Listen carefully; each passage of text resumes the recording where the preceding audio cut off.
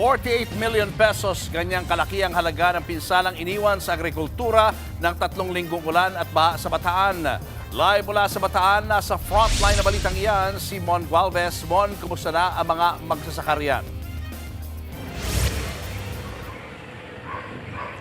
Julius, binalikan namin itong barangay Almacen dito sa bayan ng Hermosa na siyang pinakamalalim na lugar kung saan nakaranas ang baha matapos nga itong halos 3 linggong pag-uulan. Pero ngayon, nakapasok na kami mismo sa loob ng barangay nang hindi na sumasakay ng bangka. At itong nasa likuran ko na nakikita ninyo mga kapatid, Julius, nadadaanan na siya halos ng tricycle at kahit papano, naglalakad na lamang din ang mga residente pero ito aabot pa rin hanggang tuhod na taas ng baha lalo sa bandang gitna. Nasa around 150 meters itong kahabaan na yan ng kalsada na ang problema, ito pa naman yung pinakapasukan ng naturang barangay. So bago ka pumasok sa barangay, talagang mababasa ka muna at bababad ulit ang iyong paa sa hanggang tuhod na baha. Pero kahit papano, unti-unti na raw talagang humuhupa ang baha matapos masilayan din talaga ang sikat ng araw sa buong maghapon. Ang problema, kasabay nga ng paghupa ng baha, ang pagtambad naman ng napakarami pang pinsala lalo sa agrikultura.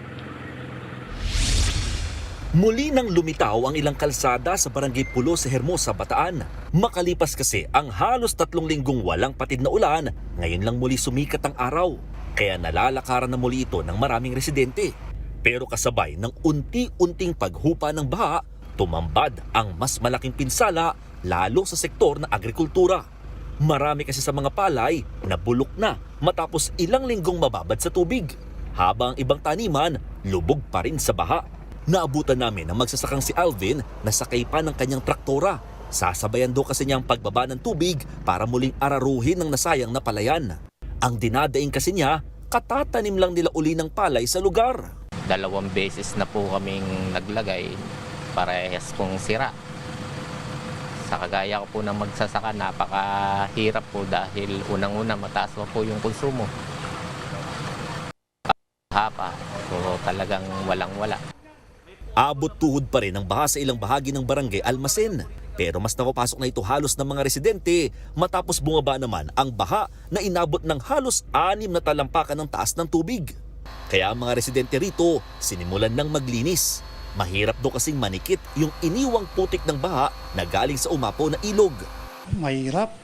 Kasi taon-taon na lang ganyan nangyayari. Talagang makapal na ang putik. Pahirapan ka talaga. Sa tansya ng Bataan PDRRMO, aabot sa lampas kalahating milyong individual ang naapektuhan ng 18 araw na pag-ulan sa probinsya. Kasama na rito ang mga magsasakat mangingisda na pinadapa ng baha ang kabuhayan. Mahigit 50 milyong piso nga raw ang inisyal na pinsala pagdating sa agrikultura. Kaya ang gobernador ng probinsya inirekomenda ng isailalim sa state of calamity ang Bataan. Kasabay nito, nananawagan si Governor Joet Garcia may sakatuparan na sana ang planong coastal defense system sa rehiyon. May haba itong 54 kilometers na kahit papano'y kokontrol sa tubig tuwing high tide para sa mga coastal towns mula Bulacan, Pampanga hanggang Bataan. Ito po ay magkakaroon siyempre ng dike, water pumping station, floodgates para ma-manage yung pasok at labas ng tubig. At tingin ko ang isang tingin namin ang isang talagang malaking maitutulong sa ating region ay yung water catchment, water impounding. Tingin ni Governor Garcia, gumana naman ang mga kasalukuyang flood control projects na meron ng probinsya bagamat may ilang kailangan pang gawin. Para naman sa mga Bataenyo, mas kailangan daw nila ng pangmatagalang solusyon. May mga pondo nga, kaya lang hindi na ako pupunta sa magandang kamay Napupunta sa mga murong kamay. Tumanda na nga akong ganito, nagkaputi na yung buhok, pero ganun pa rin. Alang pagbabago. Sana po yung mga flood control na gagawin, tibayan para hindi po mauwi sa mga ganito sakuna.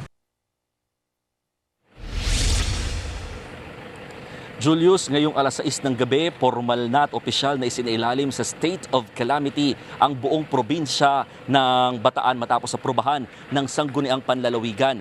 Mabalik tayo dito sa kalsada, dito nga sa Barangay Almacen. Sabi ng mga residente kung magtutuloy-tuloy daw na hindi na talaga uulan, kagaya ngayong araw na buong araw talagang sumikat ang araw, posibleng oras na lamang doon bibilangin at huhupa na rin at bababa itong baha dito sa area. Julius. Maraming salamat, Mon Gualvez. Mga kapatid, Julius Babaw po. Para sa komprehensibo at makabuluhang balitaan at talakayan, mag-follow at mag-subscribe na sa social media pages ng News 5.